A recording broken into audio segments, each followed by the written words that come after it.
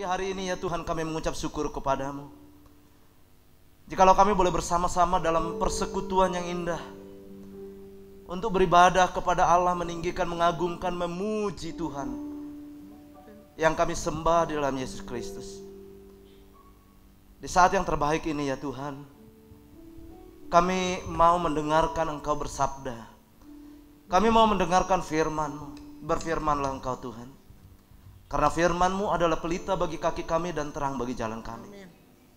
Tuhan, kiranya mengurapi setiap kami dengan kuasa, mengurapi telinga kami untuk mendengar dengan baik, mengurapi hati kami, supaya hati kami terbuka menjadi tanah yang gembur, tempat di mana firman ditaburkan, sehingga akan bertumbuh dan akan menghasilkan buah. Tuhan, berkati urapi hamba-Mu, suci kuduskan layakkan hamba-Mu ya Tuhan, untuk Engkau pakai menyatakan kasih-Mu melewati firman. Kiranya Engkau sendiri yang berbicara melewati mulut bibir lidah hamba-Mu untuk menyatakan kasih-Mu bagi setiap kami. Terpujilah nama Tuhan. Di dalam nama Yesus kami berdoa dan siap untuk mendengarkan firman Allah. Haleluya. Amin. Puji nama Tuhan. Beri tepuk tangan untuk Tuhan Yesus. Baik, puji Tuhan. Silakan duduk Bapak Ibu sidang jemaat yang dikasihi oleh Tuhan. Shalom. Ya, saudara yang terkasih di dalam Tuhan, kita patut bersyukur jikalau kita sampai hari ini berikan kekuatan, kemampuan, kelegaan oleh Tuhan untuk kita bersama-sama bersekutu. Dalam persekutuan ini di mana kita saling membangun satu dengan yang lainnya, saling menguatkan, saling meneguhkan dengan kehadiran, dengan senyum, mungkin senyum yang gak terlalu kelihatan karena tertutup masker. Tapi gak apa-apa, kelihatan kalau ada ini gerak sedikit di wajah saudara, itu senyumnya. Nah saudara yang terkasih, kita belajar terus tentang membangun kehidupan. Membangun kehidupan untuk kerajaan Allah, membangun kehidupan untuk diri kita sendiri menuju kepada kerajaan kekal. Di mana ada satu pesan dari Rasul Paulus saudara di dalam Filipi 1 itu mengatakan, hanya hendaklah hidupmu berpadanan dengan Injil Kristus. Jadi ini adalah dasar dari kita untuk membangun kehidupan kita, karena membangun kehidupan ini membangun kehidupan dengan sesuai dan seturut dengan kehendak Allah, yaitu berpadanan, seiring sejalan dengan kehendak Kristus, dengan Injil Kristus, dengan pengajaran Kristus. Jadi oleh sebab itu saudara, ketika kita membangun kehidupan kita hari ini sampai di hari kematian kita, sampai kepada akhirnya, kita harus menyelaraskan, menyesuaikan dengan kehendak Allah. Nah, beberapa waktu ini saya sudah berbicara tentang mezbah. Karena berbicara tentang hidup kita, berbicara tentang tubuh kita, berbicara tentang penyembahan kita.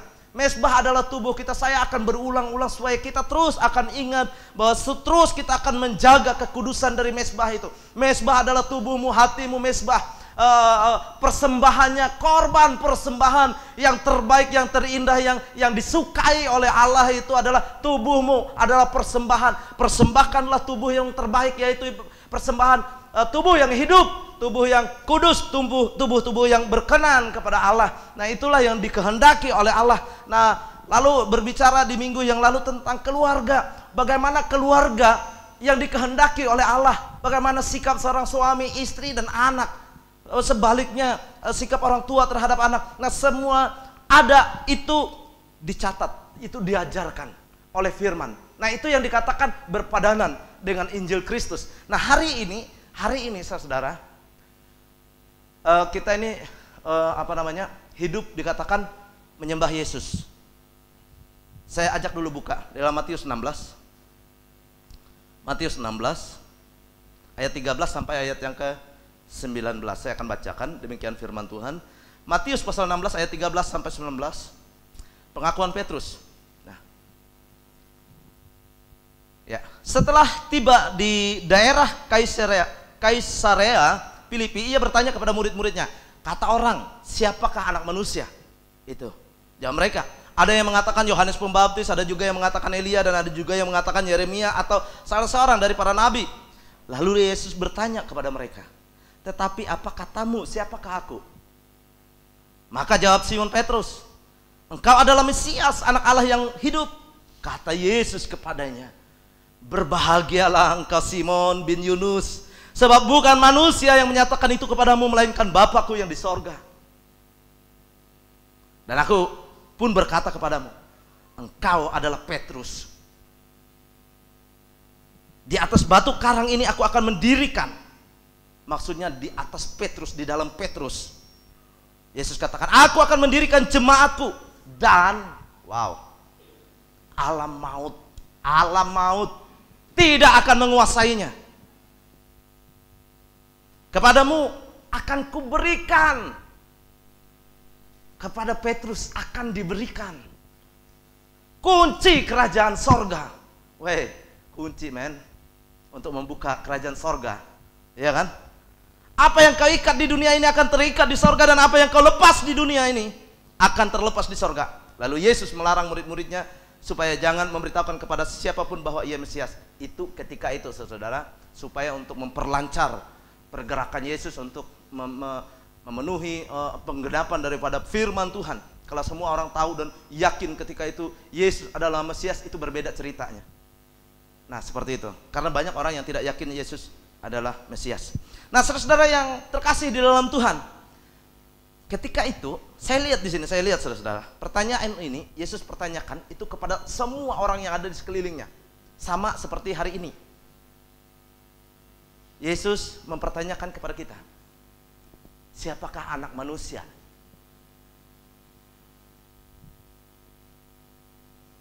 Lalu siapakah anak manusia menurut?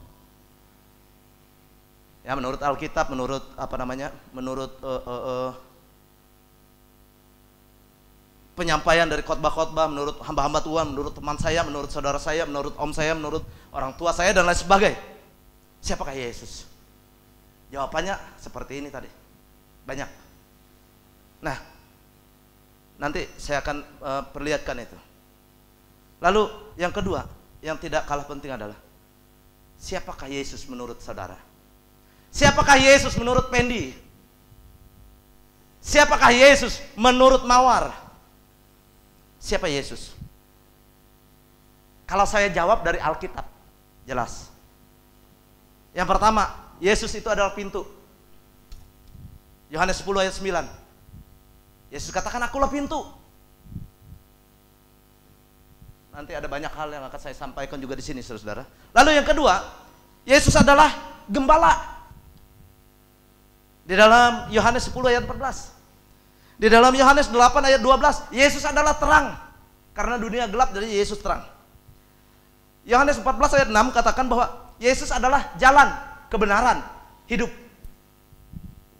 Lalu selanjutnya Yohanes 11 ayat 25 katakan Yesus adalah kebangkitan dan hidup. Lalu Yesus siapa? Ada di dalam Matius, ada beberapa di sana. Yesus adalah rabi, guru. Yesus adalah pemimpin. Yesus adalah raja. Yesus adalah Tuhan. Yesus adalah Mesias. Yesus adalah juru selamat. Hari ini pertanyaan kepada kita, Yesus itu siapa dalam hidup kita? Nah, ketika itu murid-murid katakan Yesus adalah rabi, guru. Saya mau jelaskan kenapa mereka katakan rabi, guru kepada Yesus. Karena Yesus mengajar mereka. Mereka menjadi muridnya Yesus. Murid itu menuruti apa kata guru. Ketika saya SD, guru ajarkan 1 tambah 1, 2. Sampai hari ini saya pegang, nggak berubah. 1 tambah 1, kebenarannya tetap 2 sampai hari ini, nggak berubah. Demikian murid itu. Kenapa mereka panggil dia rabi, guru? Karena mereka berguru kepada Yesus. Yesus ajarkan mereka supaya mereka hidup benar kepada Allah.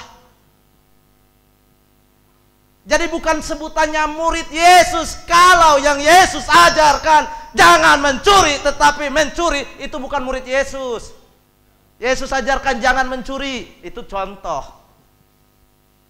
Kalau kita katakan Yesus itu juga guru, maka ikuti apa kata dia.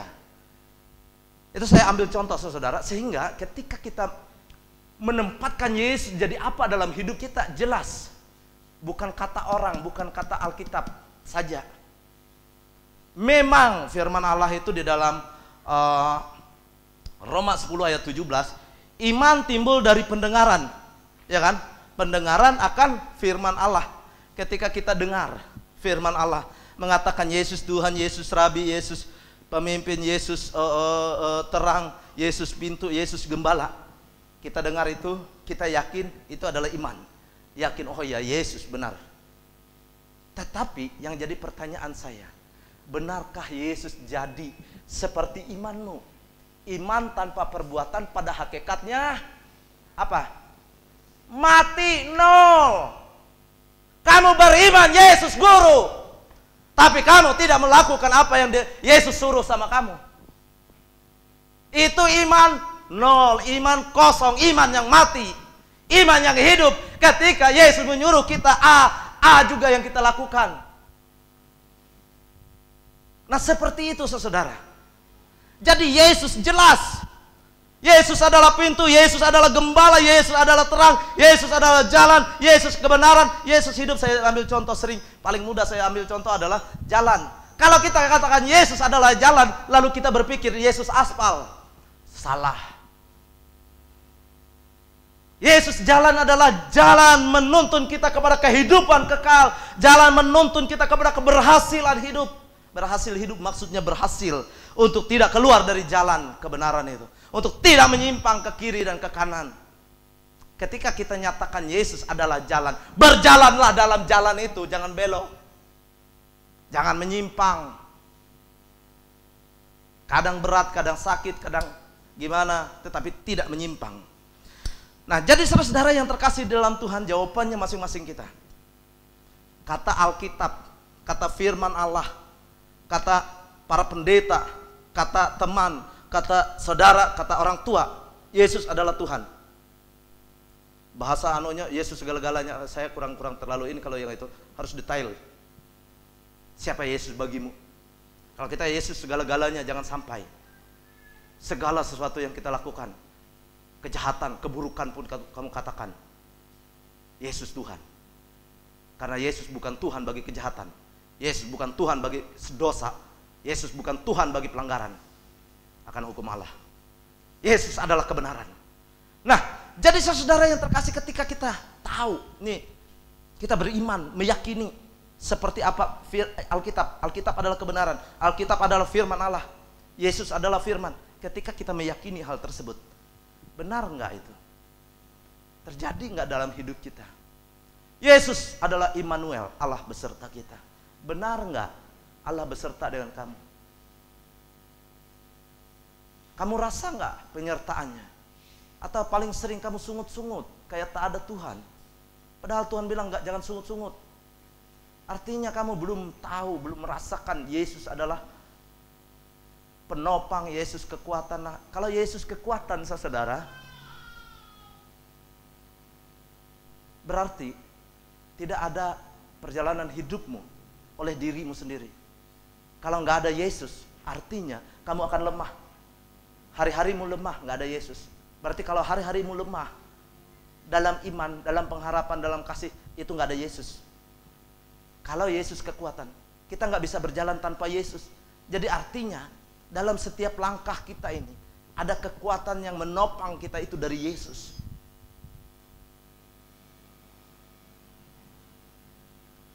Nah, jadi saudara-saudara yang terkasih di dalam Tuhan, kita harus melihat siapa Yesus menurut kita. Ini menjadi PR bagi kita masing-masing. Menurut Alkitab jelas, kalau kita katakan iya, benar, Yesus adalah terang, karena saya merasakan terangnya itu. Dan dia bilang, saya adalah terang, jadi saya jadi terang dimanapun ada. Itu baru bisa kita katakan Yesus adalah terang, yang mengubah kegelapan hidup saya menjadi terang. Kita nggak bisa sebut Yesus adalah terang, mengimani itu, kalau perbuatan kita tidak cocok, tidak berpadanan dengan Injil, tidak berpadanan dengan firman itu. Dimanapun. Minggu yang lalu saya menjelaskan tentang yang namanya bagaimana kamu ada hari ini menjadi terang dan garam di tengah-tengah dunia ini. Dunia apa yang kamu jalani hari ini? Dunia kesehatan, dunia pendidikan, dunia politik, dunia bisnis, dunia apa saja kamu. Yang kamu bawa adalah terang dari rumah Tuhan, terang dari Yesus Kristus, menjadi terang di duniamu. Kamu bermain di dunia maya, kamu harus jadi terang di dunia maya. Jangan bawa dunia maya ke gereja, tapi bawa firman Allah, bawa terang ke dunia maya.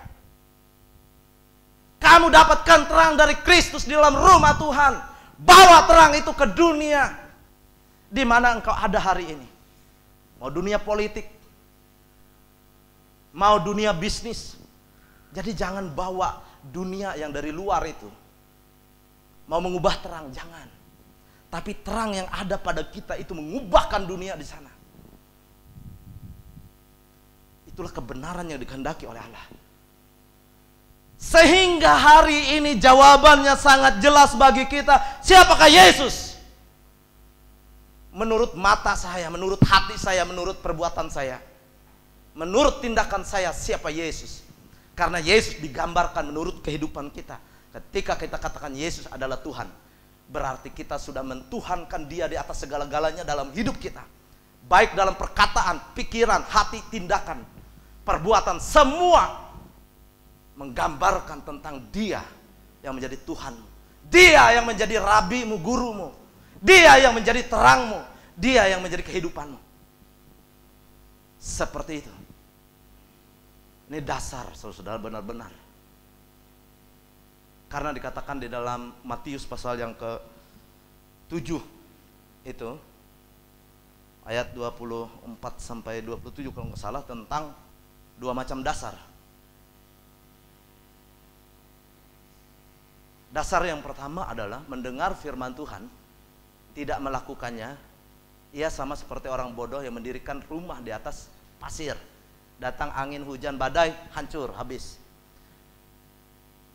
Yang satunya adalah orang yang bijaksana, dengar firman Tuhan dan lakukan firman.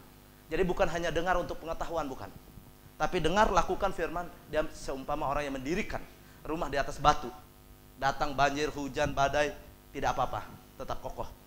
Karena dia dengar firman dan lakukan. Orang yang hanya mendengar firman tidak melakukan, itu nggak dapat apa-apa, dia akan roboh. Makanya sering saya katakan bahwa kita harus memiliki yang namanya pengetahuan yang benar. Kita sudah dapat pengetahuan, kita baca Alkitab, kita renungkan, kita dengar suara dari hamba-hamba Tuhan berbicara, khotbah-khotbah dan lain sebagainya. Oke, itu baru sebatas pengetahuan. Mengertikah kita dengan firman? Makanya yang kedua saya katakan, firman harus kita mengerti. Artinya kita dapatkan, renungkan remanya apa dalam hidup kita. Kita memahami maksud dan tujuan Allah. Mengerti firman. Lalu yang ketiga, yang harus dan wajib juga adalah mengenal Dia. Yang ku kehendaki ialah mengenal Dia. Nah, saudara kembali kepada Petrus. Matius 16, 13 sampai 19. Nah, pertanyaan itu kepada semua orang. Siapakah Yesus? Sudah dengar jawabannya. Kita sudah dengar jawabannya dari Alkitab. Ya kan? Ya, dari hamba Tuhan. Saya sebagai pendeta. Lalu pertanyaan tadi, siapakah Yesus menurut saudara? Itu jawabannya sendiri. Lalu kita lihat jawaban dari seorang Petrus. Di antara orang banyak itu Petrus yang ngomong, tetapi apa katamu? Siapakah aku? Apa kata kita? Siapakah Tuhan? Siapakah Tuhan menurut kamu hari ini yang kamu rasakan? Yang kamu nikmati, yang kamu hidupi, yang kamu tinggal di dalamnya. Petrus, mereka dan teman-teman ini, mengapa mereka bisa jawab? Karena mereka tinggal bersama Yesus. Kemanapun Yesus pergi, mereka bersama-sama dengan Yesus. Mereka merasakan siapakah Yesus itu. Apa dampaknya, apa yang diperbuatnya, apa yang dilakukan, mereka ikut sama seperti Yesus. Kasih makan 5.000 orang sama-sama. Waktu perahu mau tenggelam sama-sama. Bagaimana Tuhan bertindak, menyembuhkan orang, membebaskan orang dan sebagainya. Ada. Mereka lihat dan mereka ikut. Dan mereka juga melakukan. Ada beberapa kali mereka gagal untuk menyembuhkan orang sakit. Sampai pada akhirnya mereka terus, nah menurut katamu siapa Yesus? Apa yang kamu lakukan? Apa yang kamu kerjakan? Apa yang kamu perbuat? Apa yang kamu rasakan tentang Yesus hari ini? Sehingga pandanganmu itu Yesus.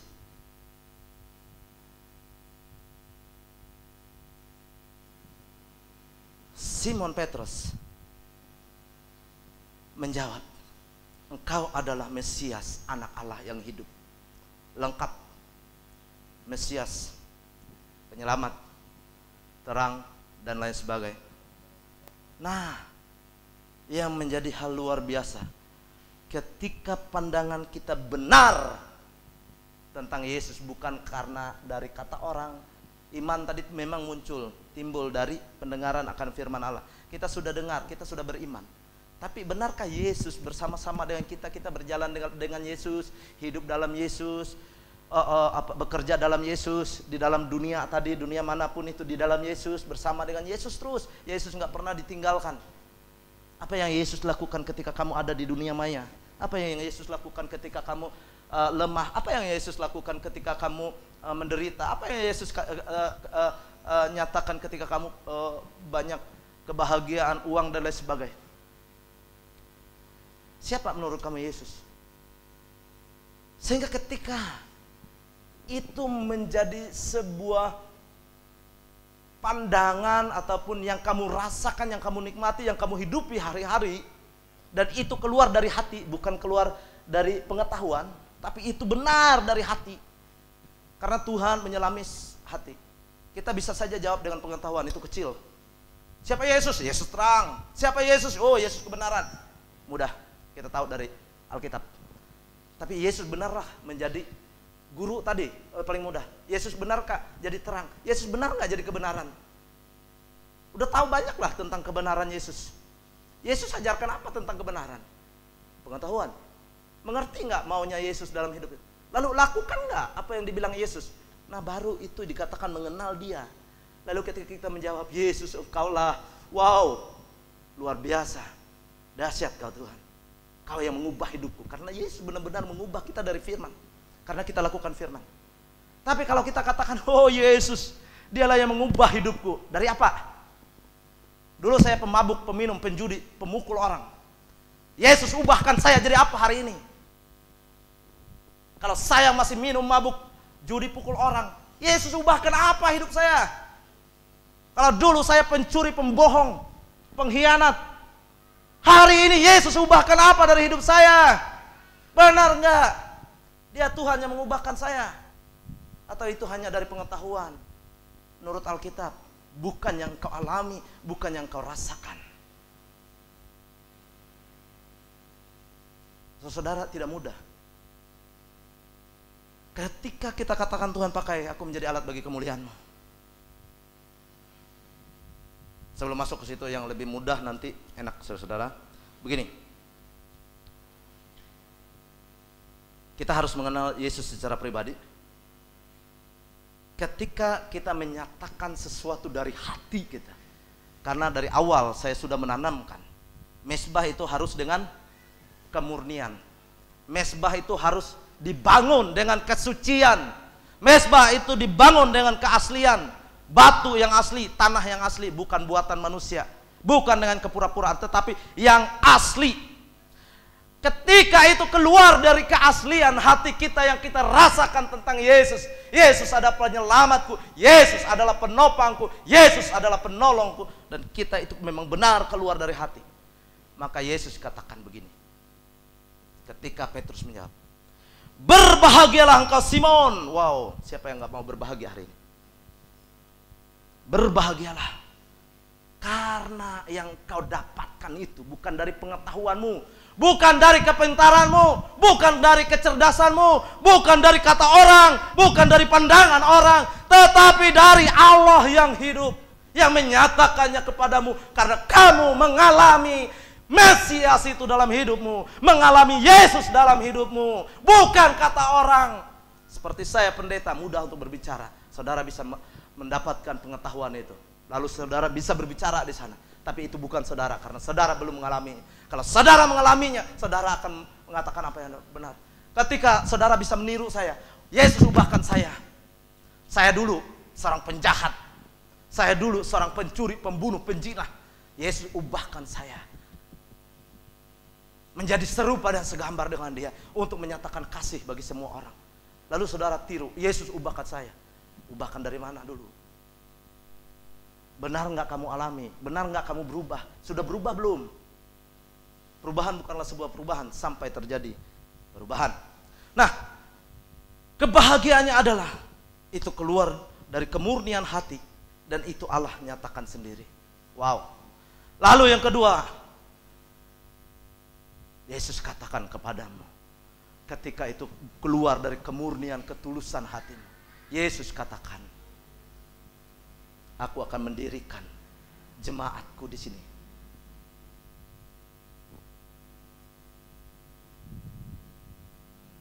Pendi, aku akan mendirikan jemaatku di atas kamu, di atas batu karang yang teguh, di atas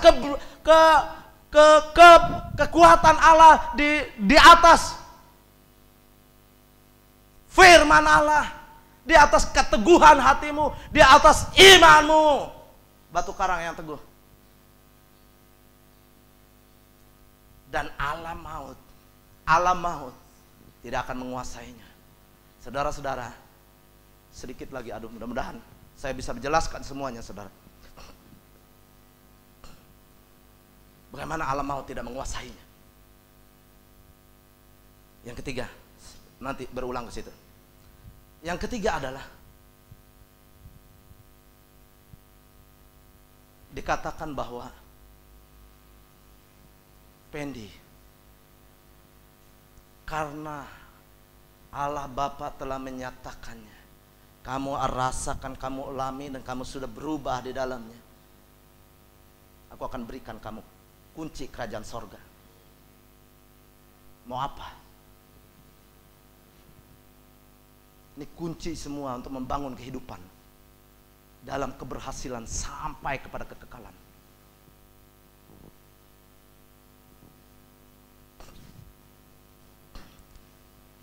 Jadi ketika kita menempatkan Yesus itu benar, bukan atas dasar kepintaran, kecerdasan, bukan atas dasar pengetahuan, bukan atas dasar kata orang, bukan atas dasar akal budi, tapi atas dasar kebenaran yang kamu alami, kebenaran yang kamu kerjakan, kebenaran yang kamu perbuat.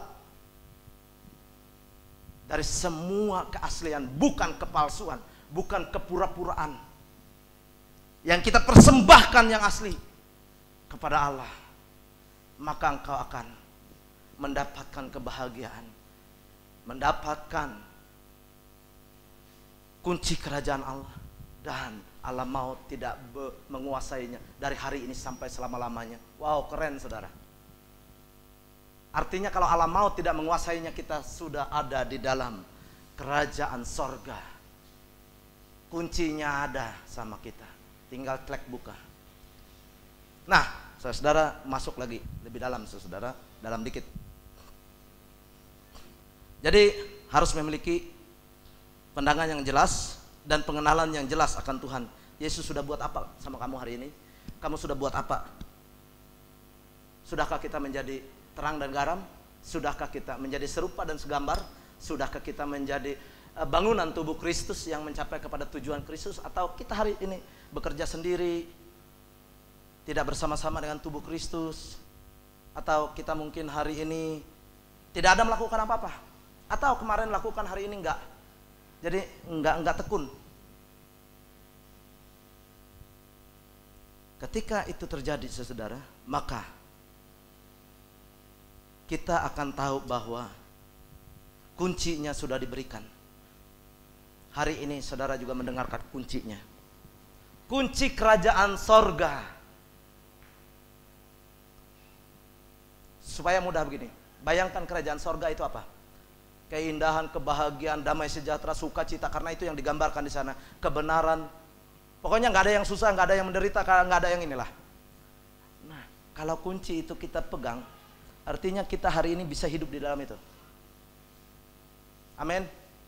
Kita bisa hidup dalam kebahagiaan, kita bisa hidup dalam keberhasilan, kita hidup dalam apa saja yang benar menurut kehendak Allah, karena kuncinya ada sama kita.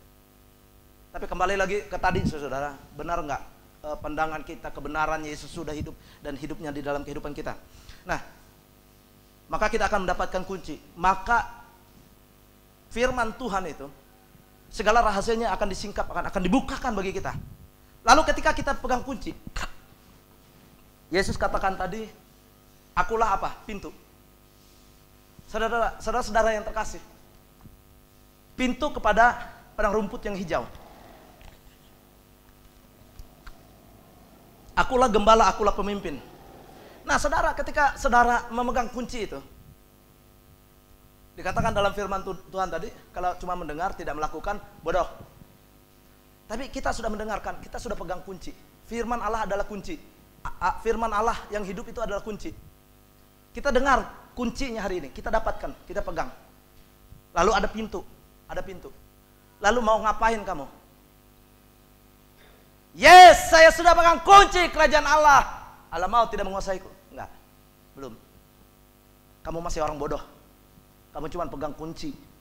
Kamu tahu, dengar firman Allah, tapi kamu nggak berbuat, nggak berlaku apa-apa. Yang harus kamu lakukan ketika kamu pegang kunci, Yesus katakan, akulah pintu. Kita tahu, kita harus pergi ke pintu, buka pintu itu. Di dalam pintu itu ada apa?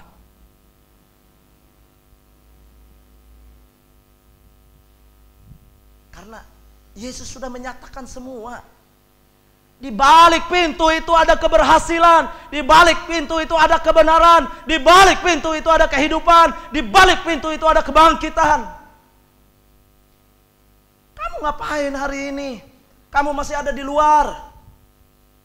Kamu nggak buka pintu itu. Saya mau katakan, politikus paling handal di dunia yang pernah ada adalah Yesus. Gak ada pengikutnya sampai hari ini. Yesus ribuan tahun meninggal, tapi pengikutnya bertambah-tambah hari ini. Gak ada. Makanya Yesus itu kunci. Mau berhasil dalam politik, masuk. Belajar dari Yesus. Apa yang Yesus lakukan? Gak ada pemimpin di dunia ini yang tercatat yang masih ada hari ini pengikutnya ketika dia sudah mati. Ketika orang itu mati, pengikutnya semakin lama semakin sedikit, gak ada hilang. Tapi Yesus, orang katakan dia raja di atas segala raja. Dia pemilik kehidupan kekal, dia punya kerajaan. Kerajaan kekal. Makanya semuanya itu jangan pernah engkau tinggalkan Yesus. Ada banyak orang, oh politik itu jahat, politik itu begini-begini. Seharusnya kita bawa terang dari gereja. Masuk ke dalam dunia itu menjadi terang. Bawa firman Allah, bawa Tuhanmu. Buktikan. Saudara, saya lupa mencarinya. Sempat di-sharekan di grup. Di Afrika, seorang presiden, tahu dari mana? Pendeta. Pendeta gereja sidang jemaat Allah. Dan ketika itu sempat jadi ketua umum. Hari ini, sekarang ini, dia memerintah jadi presiden. Saya lupa negara itu. Di-sharekan di grup pelayan Injil Indonesia. Pernah datang ke Indonesia menjadi narasumber. Tapi jangan bawa politik ke dalam rumah Tuhan. Itu yang salah. Jangan bawa dunia bisnismu ke dalam rumah Tuhan. Kamu buat bisnis di dalam rumah Tuhan. Tapi bawa firman kebenaran, terang itu keluar sana. Sehingga banyak orang menikmati terang. Dan orang datang berduyun-duyun ke gereja. Mencari Tuhan. Mencari kebenaran. Pintu itu harus dibuka. Jangan cuma dengar firman Tuhan lalu pegang itu. Saya pegang klaim janji Tuhan. Gak ngapa-ngapain. Kamu harus buka pintu itu. Pintunya adalah Yesus. Masuk. Karena di dalam, coba lihat di dalam Yohanes pasal 15 ayat 4. Kalau kamu masih ada di luar, ada apa? Firman Allah.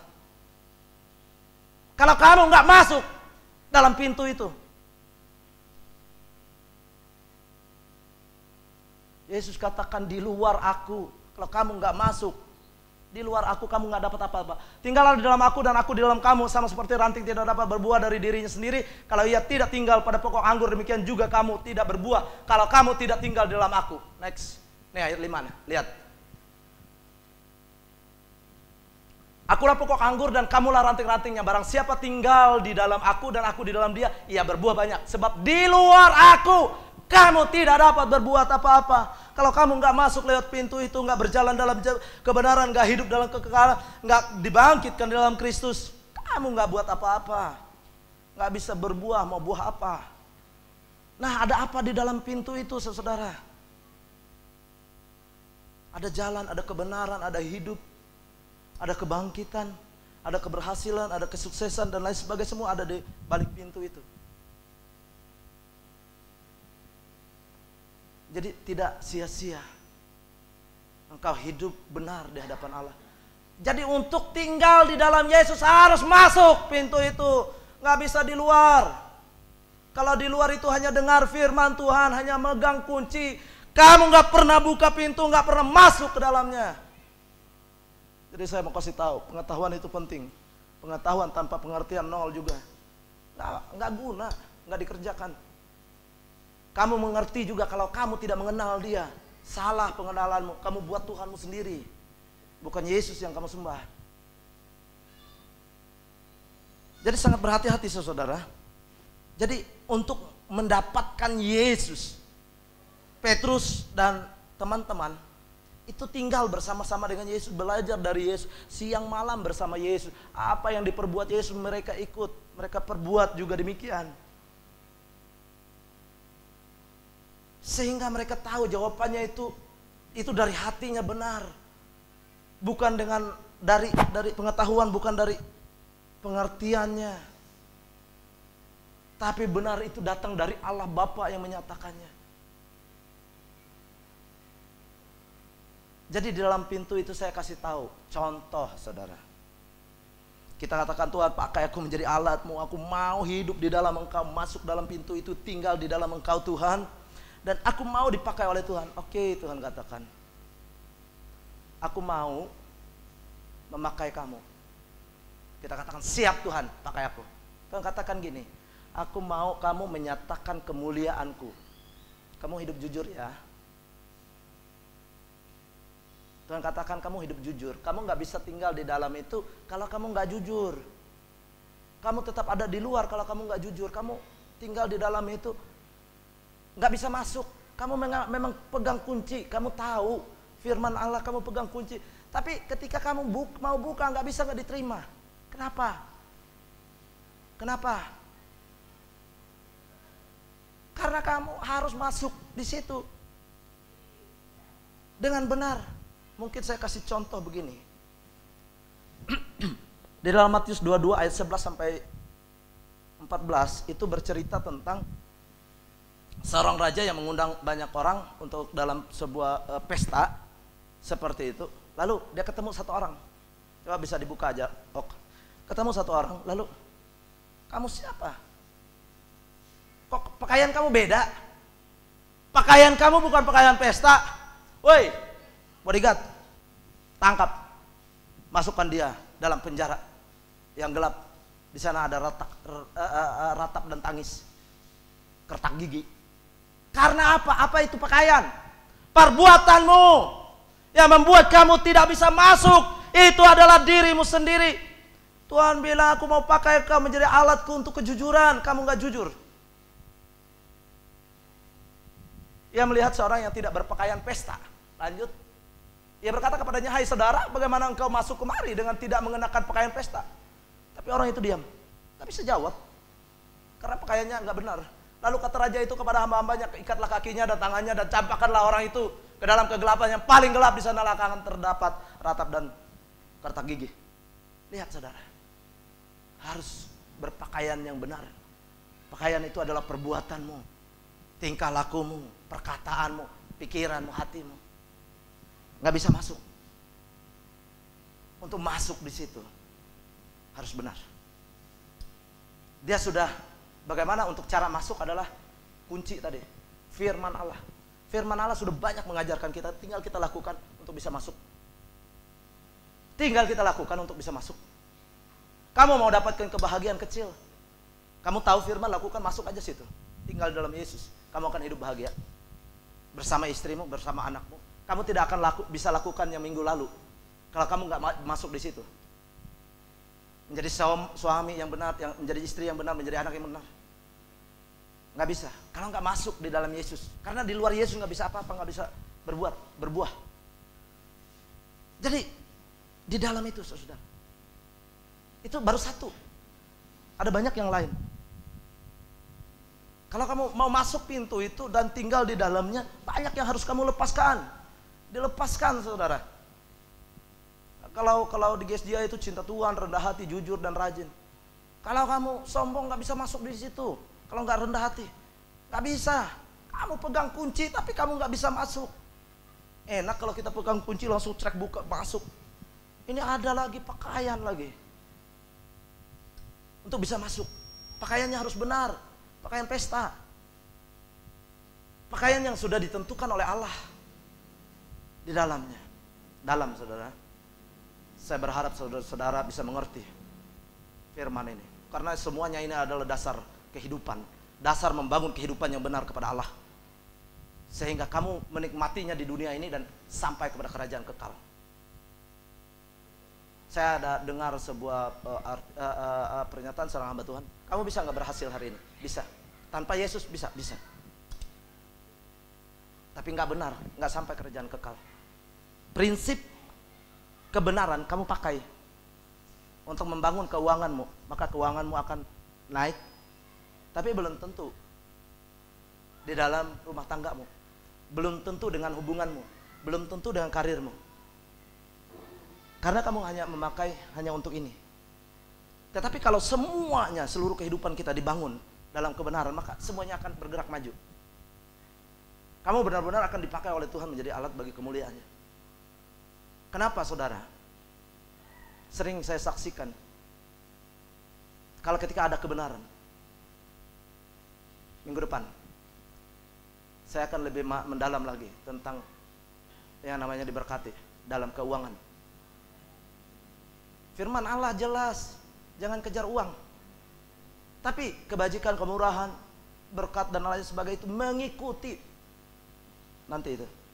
Kenapa kami mengalami hal itu, saudara? Kalau kami mau, tapi karena saya punya komitmen, banyak ditawarin untuk buka usaha, untuk ini itu dan lain sebagainya, orang modalin, wah dari mana-mana. Enggak, saya sudah persembahkan hidup saya untuk melayani Tuhan dalam rumah Tuhan, melayani firman-Nya. Ya puji Tuhan kalau bisa buat ini itu dan lain sebagainya, tetapi semua itu tidak akan mengubah hati dan pikiran saya untuk melayani Allah dengan sepenuhnya. Saya perlu uang, ya, tapi bukan itu segala-galanya. Biarlah itu akan mengikuti dan itu akan menjadi sebuah kesaksian. Ini akan membangun banyak, saudara. Nanti saudara akan menemukan. Saya pun nggak tahu. Saya khotbahnya yang saya tahu untuk hari ini dan untuk minggu depan yang saya dapatkan. Yang selebihnya nanti kita akan dapatkan sama-sama dari Roh Kudus. Saya bilang dengan Ibu Gembala minggu yang lalu, Bu, Mama, minggu depan kamu yang khotbah ya. Ibu Gembala katakan, oh jangan. Saya tahu itu Tuhan berbicara lewat dia. Sepertinya harus Papa, karena semuanya nyambung sepertinya. Dan ketika saya mendengarnya, saya merasakan, waduh. Karena tolak ukur salah satunya adalah Ibu Gembala bagi saya ketika saya berbicara. Saya merasa kurang ketika Papa bicara. Dan benar sekali. Akhirnya saya nggak, oke, kalau gitu. Saya nggak tahu hari Senin, hari Selasa belum dapat. Tapi setelah itu, karena saya berbicara kalau nggak salah hari Senin ya, hari Selasanya. Berarti sampai hari Rabu saya belum dapat apa-apa. Tapi setelah itu hari Kamis saya dapatkan, oh ini yang harus saya bicarakan, yaitu tentang ini. Siapakah Yesus? Jangan sampai kita buat Yesus sendiri. Tapi benar-benar Yesus yang ada. Yesus yang pintu itu, Yesus yang jalan kebenaran. Sebenarnya cukup panjang ini saudara dijelaskan. Oh, dalam jalan kebenaran, hidup kekal dalam kebangkitan, ada kebangkitan, bangkit serupa dengan Kristus. Wah, panjang ini. Tapi oke lah, dasar-dasar dulu, nanti mungkin ada waktu-waktu yang lain dalam penjelasannya. Sehingga kita mendapatkan pengetahuan yang benar. Ketika mendapat pengetahuan yang benar, kita mengerti Yesus. Tinggal bagaimana pribadi kita mau lebih dalam mengenal Dia. Ketika engkau hidup di dalam Dia, maka Tuhan akan berbicara kepadamu. Berbicara kepadamu tentang kunci kerajaan sorga itu, yang alam maut tidak menguasainya. Saya berharap kita ini merindukan seluruh hidup kita. Alam maut tidak menguasainya, amin. Dalam pekerjaanmu, dalam usahamu, dalam karirmu, dalam apapun yang kau lakukan hari ini, alam maut tidak menguasainya. Itu yang kita harapkan, yang kita rindukan. Kita bekerja dalam keberhasilan, dalam kesuksesan yang alam maut tidak menguasainya. Itu. Jangan sampai kita berhasil sukses, tapi alam maut yang menguasainya. Itu bahaya. Artinya engkau tidak sampai kepada kerajaan kekal. Yang kita harapkan, yang kita rindukan, yang kita inginkan hari ini adalah segala keberhasilan, segala keberuntungan, segala kebahagiaan kita itu kita dapatkan yang di dalamnya alam maut tidak menguasainya. Kalau alam maut menguasainya percuma. Hanya sebatas seumur hidupmu, tidak akan berkelanjutan dalam kerajaan kekal. Jadi saudara-saudara yang terkasih di dalam Tuhan, di balik pintu itulah engkau harus hidup, bukan di luar pintu itu. Ketika engkau ada di dalam pintu itu, maka ketika semua yang Allah perintahkan kepadamu engkau lakukan, maka karena di luar pintu engkau sudah dibersihkan oleh firman. Ketika masuk di dalamnya, engkau bersama hidup dalam Kristus, lalu rantingmu akan berbuah, berbuahkan kebenaran, berbuahkan kekudusan, berbuahkan kesucian, berbuahkan kelemah lembutan, damai sejahtera, sukacita dan lain-lain. Berbuahkan pengendalian diri. Dalam sekali saudara. Sebenarnya waktu saya dalam perenungan ini saya nangis. Nangis benar. Wow Tuhan, kami bersyukur kalau Engkau menyatakan kasih-Mu, firman-Mu ini. Sehingga kami tidak hidup di luar, tapi kami boleh masuk. Jemaat-Mu hari ini yang mendengar dan mau masuk, buka pintu dan masuk, berbahagialah. Perenungan saya banyak di pohon sawit, saudara. Saya banyak mendapatkan rema, mendapatkan banyak hal. Ketika saya sendiri, saya ada di kebun, di belakang, di pohon sawit. Banyak Tuhan berbicara, banyak hal. Karena dalam kesendirian itu, fokus kita mendengarkan Tuhan. Berbicara tadi, saya ambil contoh yang mudah itu tadi saja, jujur. Ketika dalam hidup rumah tangga kita, sering kita nggak jujur. Saya nggak mau. Ketika saya dengan ibu gembala mau pergi, nak, kami akan pergi, kalian nggak usah ikut. Wah, ikut. Mama, papa mau kemana? Kami ke Sanmat mau beli ini. Oh enggak, kami ikut. Saya nggak mau bohong, saudara. Udah banyak orang muda bohong. Woi, jangan ikut, papa mama mau ke dokter, suntik, mau nggak suntik? Udah bohong. Itu menanamkan, mengajarkan kepada anak yang sudah, waduh, bagaimana kita membawa keluarga kita masuk dalam pintu itu. Kalau kita sudah mulai berbohong dengan anak, mau dia nangis, itu resiko. Kami, perjalanan kami kemana, mereka tanya, kami jawab yang benar. Dia nangis karena mau ikut, karena kami tidak mau bawa, silahkan nangis, gak apa-apa. Yang penting jujur. Jangan sampai kita membawa keluarga kita hidup di luar, tapi bawa mereka masuk. Bawa mereka berjalan dalam jalan kebenaran di dalam itu. Bawa mereka hidup dalam kebahagiaan di dalamnya. Hanya di dalam Yesus bisa berbuahkan kebahagiaan. Hanya di dalam Yesus berbuahkan keberhasilan sampai kerajaan kekal. Luar biasa. Makanya saudara-saudara yang terkasih di dalam Tuhan, sangat penting ketika kita menempatkan Yesus guru, menempatkan Yesus sebagai pemimpin kita, kepala rumah tangga kita, menempatkan Yesus sebagai terang, menempatkan Yesus sebagai gembala kita, menempatkan Yesus yang menjadi pintu kita untuk masuk menikmati padang rumput yang hijau. Sehingga karena hanya di dalam lewat pintu itu kamu bisa digembalakan. Di dalam pintu itu ada rumput yang hijau. Jadi pintu itu harus dibuka.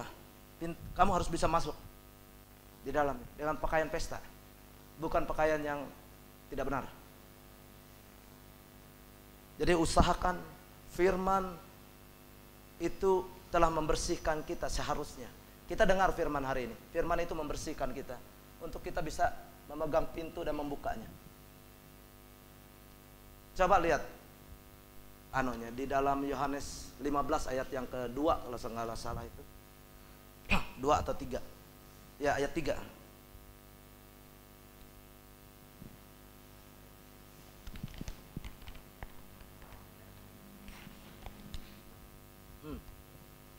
kamu memang sudah bersih karena firman yang telah kukatakan kepadamu. Yesus telah mengatakan firman-Nya, firman-Nya itu kita dengar. Seperti hari ini kita dengar. Firman itu adalah kunci untuk membuka itu. Untuk bisa membuka itu harus dengan firman yang kamu pegang. Firman-Nya katakan, kasihilah musuhmu, kasihilah sesamamu, kasihilah istrimu. Itu semua. Nggak bisa. Kamu nggak bisa buka pintu itu kalau nggak lakukan itu. Mudahnya kayak gitu untuk memahami ya, saudara. Jadi oleh sebab itu, firman itu membersihkan kita, menggantikan baju kita yang tidak layak tadi menjadi pakaian pesta. Karena ketika kita dibaptis, dimatikan, bangkit menjadi manusia baru, kita udah diubahkan sebenarnya. Untuk melayakkan kita masuk ke pintu itu. Lalu ada firman. Firman itu yang memotong-motong semua kehidupan kita. Memotong kelakuan-kelakuan kita yang gak benar di hadapan Allah. Sehingga ketika kita sampai di situ, trek buka, masuk. Masuk, menikmati kebahagiaan Tuhan. Kamu juga akan berbahagia di dalamnya. Nah itu sama-sama kita rindukan, saudara. Kalau secara pribadi ada beberapa hal yang saya rasa kami dalam keluarga sudah merasakan dan sudah masuk ke situ. Mungkin ada beberapa yang masih tinggal di luar, tapi nggak mungkin seluruh kehidupan kita bisa nikmati kalau nggak semuanya. Jadi itu berupaya untuk firman ini membersihkan kita, untuk kita seluruh aspek kehidupan kita masuk. Oke, aspek keluarga rumah tangga udah masuk, aspek keuangan udah masuk, aspek apa lagi udah masuk di dalam. Tapi ada hal-hal lain yang masih tinggal di luar, itu nggak bisa. Ya ini sudah berbuah, tapi semua aspek kehidupan kita harus masuk, karena keseluruhan nggak bisa dibagi-bagi, supaya lengkap bangunan tubuh Kristus, lengkap, nggak terpotong-potong. Berjuang terus untuk itu. Makanya saudara, ini sangat penting, dan saya berharap ini bisa di-share ke nanti ada jemaat-jemaat yang tidak hadir dalam ibadah pagi, karena saya khusus di ibadah pagi untuk beberapa waktu ini untuk mengutarakan maksud dari membangun kehidupan yang benar di hadapan Allah, sehingga ketika kita sudah terbangun, maka ketika kita keluar itu kita akan membangun di luar kerajaan Allah, kebenaran, tetapi mulai dari kehidupan kita. Puji nama Tuhan. Kiranya Tuhan Yesus memberkati kita. Saya pingin sebenarnya ada beberapa hal lagi, tapi selalu dibatasi dengan waktu. Tapi satu yang gak bisa dibatasi adalah Roh Kudus. Jadi minta Roh Kudus berbicara terus dalam hidupmu. Minta Roh Kudus mengungkapkan banyak hal tentang hal ini, sehingga kamu benar-benar menempatkan Yesus itu benar. Ketika kamu katakan dia Tuhan, dia juru selamat, benar. Ketika kamu menempatkan dia, oh dia raja, guru, nabi, benar. Karena Yesus katakan, kenapa kita bilang dia guru juga, sama seperti murid-muridnya? Karena dia bilang, belajarlah daripadaku. Artinya ketika belajar dia dengan dia, berarti dia adalah guru kita. Nah, menempatkan dia benar. Dan kita mau belajar, bukan murid yang gak mau belajar dengan gurunya. Nah, jadi seperti itu. Saya undang semuanya bangkit berdiri. Kita akan berdoa untuk firman Tuhan yang sudah kita dengarkan. Haleluya. Ya Allah Papa, keluar sikir Allah Papa. Ya Allah kia Allah po, keluar sikir Allah Papa. Ya Allah Papa, keluar sikir Allah Papa. Ini keluar sikir Allah Papa.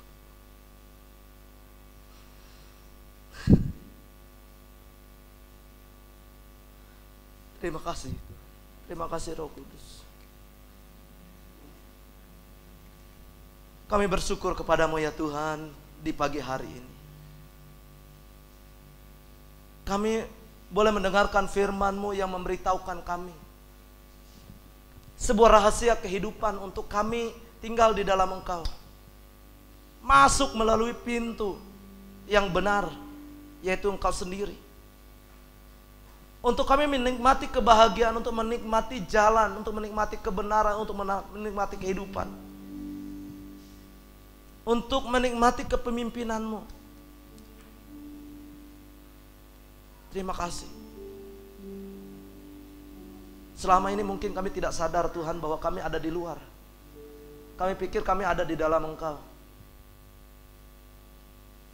Jikalau hari ini, hal ini dinyatakan bagi kami, sungguh kami mengucap syukur.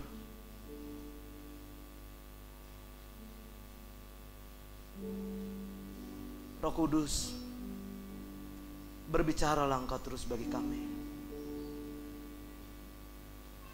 Hamba-Mu terbatas.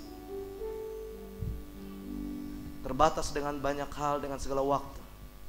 Tetapi Engkau ya Roh Kudus tidak akan pernah terbatas oleh ruang dan waktu. Kiranya Engkau terus berbicara bagi umat ini. Berbicara bagi kami semua. Kiranya kasih-Mu terus mengalir atas kami. Jikalau hari-hari ini kami tidak paham, kiranya pemahaman, pengertian yang daripada-Mu Engkau singkapkan bagi kami. Setiap selubung kebodohan kami dari firman kebenaran kiranya dibukakan, diangkat, dicabut.